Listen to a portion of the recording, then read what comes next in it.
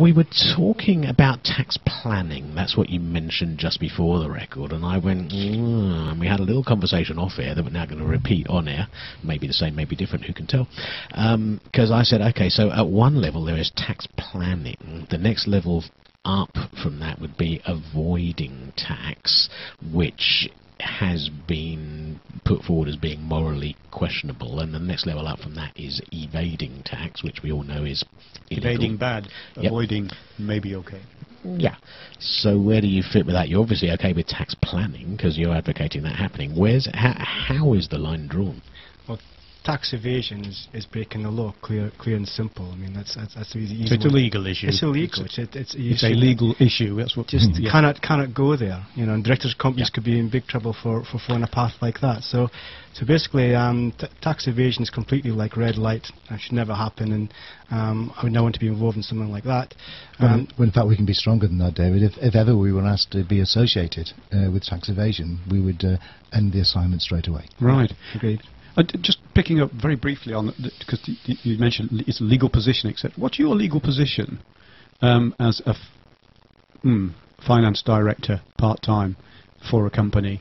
I understand you have a legal responsibility as a director of a board. What's your legal responsibility? Well, I'm not legally a director of any of the companies that I help. Right. Okay. Under corporate law, I could be seen maybe to be a shadow director, so I could be caught under that bit of law. Oh, right. So yeah, you've got to be careful of a director's duties. Right, and the key thing is that whether it's a legal responsibility or just how we do business for the best of the company. The ethics of your company. Exactly, and as long as you're acting in the best interests of the shareholders, then all of the natural laws will be taken care of. Yeah, yeah.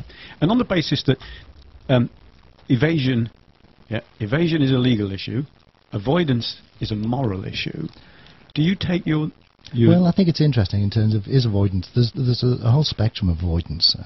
There is another view that tax is just a cost like buying goods and services, that one of your jobs to maximise value is to reduce cost.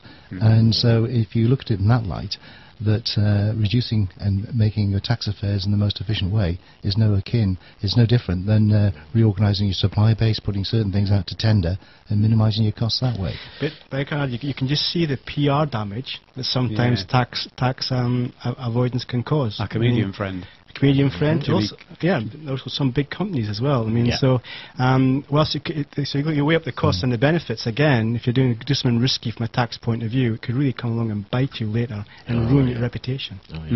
So would you, because you're not you're not in ownership of the company and you're not that legal bind with them, other than the shadow responsibility, would you take your lead on a moral issue from the owner of the company?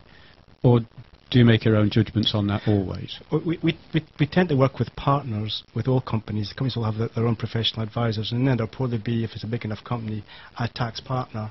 So for tax planning issues, we'll have a point of view, but invariably we'll pass them over to the accounting firm who will give them like chapter and verse on what they should actually be doing. Right.